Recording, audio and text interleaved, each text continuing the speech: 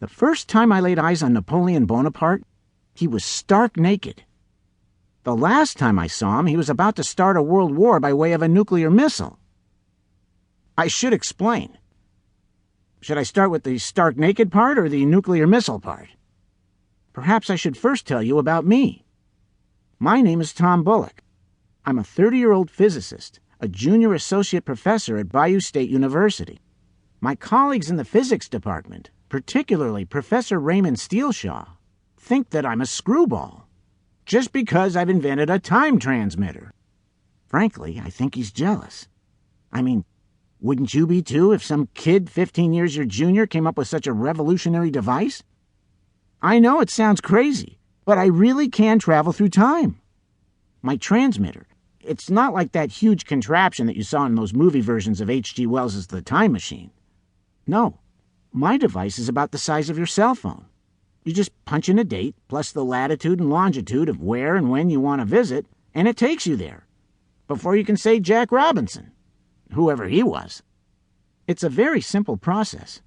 My device emits an electromagnetic field that creates a wormhole that allows you and anything or anyone within 2 feet of you to travel along the space-time fold. In a way, it's like Star Trek, but instead of Scotty beaming you up, you get beamed backward or forward in time. Really, I'm a genius. Albert Einstein should eat his heart out. I admit that the first time I tried out my transmitter, there were problems. I did short out every electrical circuit on campus. The second time? Not only did I take out the backup generators too, but for the next week, every time I'd walk through my kitchen, the Cuisinart would go on. But number 3 was the charm. I went back in time. Way back. To April 14, 1865. I was in Washington, D.C., at Ford's Theater, on the very night that President Abraham Lincoln was assassinated. I materialized on stage, just as John Wilkes Booth fired the fatal shot.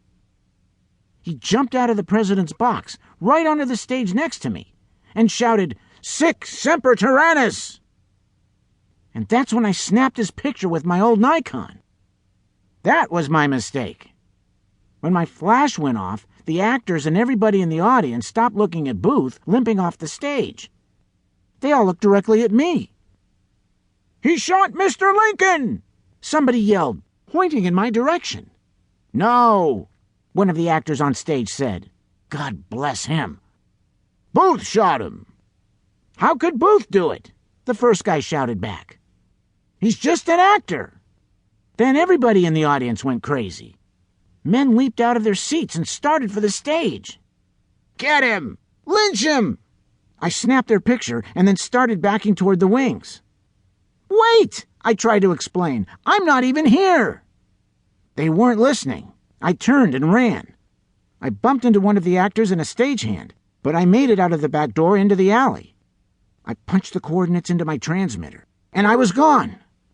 If the mob that was chasing me saw anything, it was just a bright yellow glow as I dematerialized. I was back in the present day in my own physics lab, and I had done it.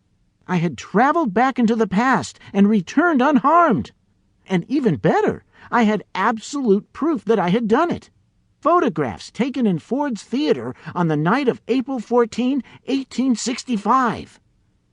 That was my other mistake. I should have brought a digital camera.